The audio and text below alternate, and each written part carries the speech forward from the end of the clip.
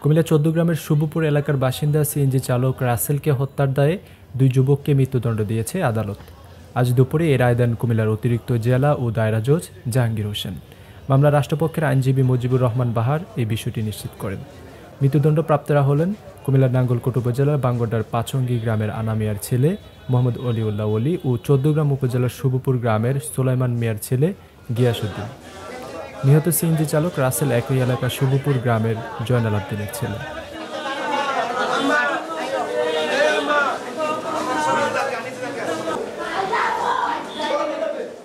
মামলার বিবরণে জানা যায়, দণ্ডপ্রাপ্ত আসামি গিয়াসউদ্দিনের প্রেমিকার কাছে গিয়াসউদ্দিন একজন মাদক সেবী এমন অভিযোগ করে সিএনজি চালক রাসেল। এই ঘটনার প্রতিশোধ নিতে গিয়াসউদ্দিন শুরু করে পরিকল্পনা।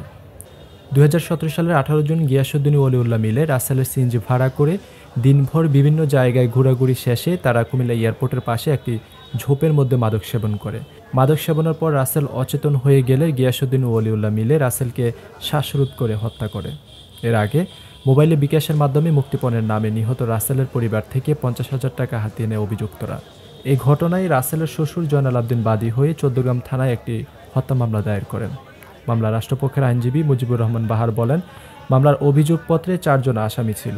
এর মধ্যে একরামুল হক পাগলা নামে এক আসামি মারা যান, শাহিন নামে এক আসামি খালাস পান। অপর ২ আসামি মোহাম্মদ অলিউল্লাহ অলি ও গিয়াসউদ্দিনকে আদালত মৃত্যুদণ্ড দেন।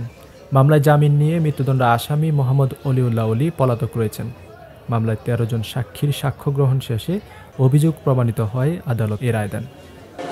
আসামি অলি এবং গিয়াসউদ্দিনকে ফাঁসিতে ঝুলিয়ে মৃত্যুদণ্ড নিশ্চিত করার জন্য, কার্যকর করার জন্য রায় প্রদান করে। রাষ্ট্রপক্ষ আমরা উক্ত রায়ে সন্তুষ্ট, আমরা খুশি।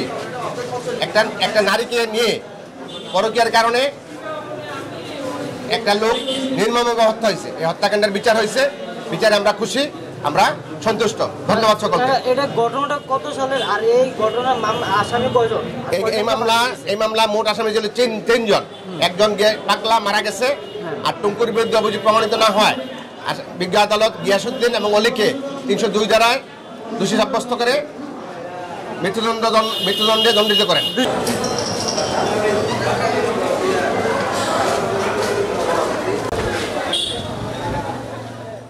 কুমিল্লা কাগজ নিউজ ডেস্ক।